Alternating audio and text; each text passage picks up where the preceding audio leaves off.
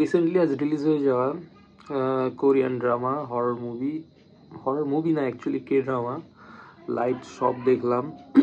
যার লাস্ট দুটো এপিসোড আজকে রিলিজ হলো, 18 তারিখ আজকে রিলিজ হলো, দেখলাম ডিজনি প্লাস হটস্টারে, পুরো ফ্রি, আপনারাও গিয়ে দেখতে পারেন। কে ড্রামাটা অনেক ভালো, হরর মিস্ট্রি বলুন, সাসপেন্স বলুন, সব কিছু আছে। তবুও আমি কিছু কিছু ছোট জিনিস আমি বলে দিই যাতে আপনাদের বুঝতে সুবিধা হয়। স্টোরিটা সাধারণত একটা লাইট শপকে কেন্দ্র করে, আর লাইট শপে রয়েছে একটা চশমা পরা লোক, যাকে দেখলে আপনারা বুঝতে পারবেন যে এ মালিক, মানে শপটার ওনার।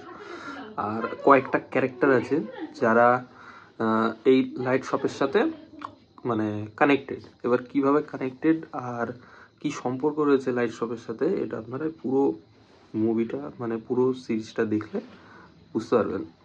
খুবই ভালো, যেমন সাসপেন্স রয়েছে, তেমন হরর রয়েছে, তেমন আপনার অনেক মিস্ট্রি রয়েছে যে অ্যাকচুয়ালি এই লাইট শপটা কেন। আর পুরো মুভিটা রাতের বেলা শ্যুট, আর এখানে কখনো দিন হয় না, রাতই থাকে।